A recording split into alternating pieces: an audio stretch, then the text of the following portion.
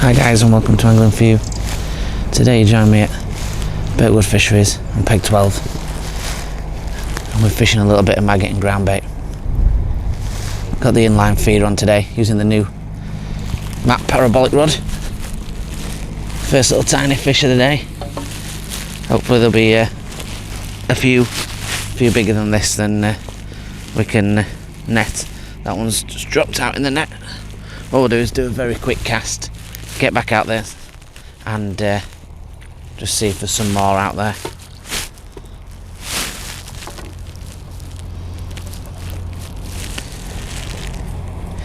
It's quite a simple method this, and if you'll have seen me in the past do a inline feeder where I make my own, and that's literally what we're fishing today.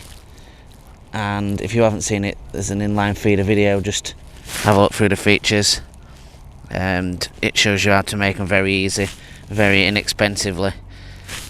We'll come up close and show you this, but effectively what we're doing is plugging the top with a little bit of ground bait,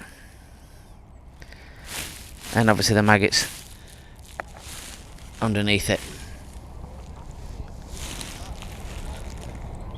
We're aiming for about sort of 30 yards or so, 40 yards I'd say. And like I say, today we've got the Maggot parabolic 11-foot rod today.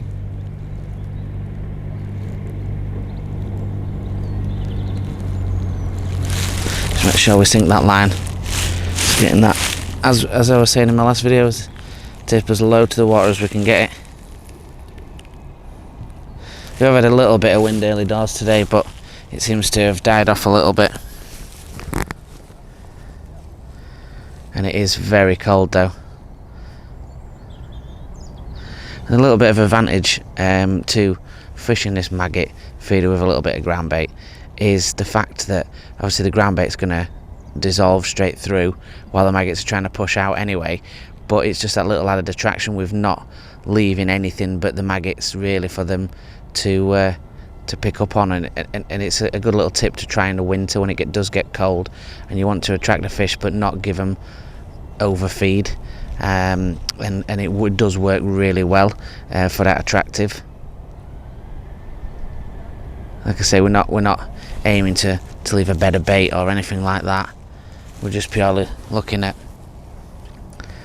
giving an attraction, and then the see the maggots start overing the maggots up and onto your hook bait, which is what we're wanting.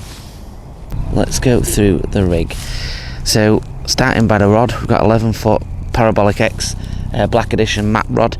Absolutely phenomenal bit of kit. I'm only using the ounce tip today just in case we get any carp, but it's super sensitive to see all those little smaller bites, and that's paired up with a Parabolic Black Edition X reel, and that is a 3,500 size reel, which is just a beauty. Perfect for what we need today, loaded with 5-pound Maxima, and we'll go down to the business end. Now, the rig you may have seen before, if not, like I said, you can go on and find it on the inline maggot feeder video on how to make it, but effectively it's a Kamasan feeder, and it's only a sort of 20 gram feeder, and we've put through a Preston stem with a little sleeve at the top to protect it, and we can just undo the top like so, cold hands, and slide that on and off, which is absolutely dead easy. Now on the bottom, this is where it's a little bit different just for this rig today. Normally I have a Preston quick change bead, but I didn't have any, so this is a good indication of what you can do if you haven't got one. So underneath there I've got a little tiny number 4 shot, just enough that it won't go through the hole, and the whole rig is tied onto a little double-ended swivel, and that is where I've just put the hook link straight onto. The hook link's 013 and it's down to a QM1 size 18 hook with a double maggot. So nice and simple. Loading wise, what we do first obviously is get the bait on. Now it's just simple maggots, just a simple white and red maggot. Not so great with cold hands, and it's a little bit different. If I'm just fishing maggots, what I do is I put obviously the cap back on. So we're gonna sort of fill it half full, give that a little tap. I'd normally put the cap back on, but for this I'm not going to put the cap back on, and the reason is we're going to cap it off with some of this ground bait. All it is marine halibut. Any sort of ground bait, explosive ground bait will do, and I've over wetted it so it plugs the end like so. So in casting wise it'll be absolutely fine, but it just means with having the lid on, if I do need to change back to a maggot feeder, I've got the cap straight back on. It doesn't really matter for casting, you just let it sit back down loosely off the end and it's absolutely fine. There's no problems with casting whatsoever.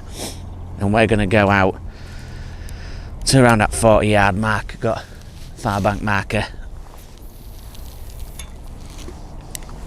nice and easy with this parabolic rod, just cushions that perfectly,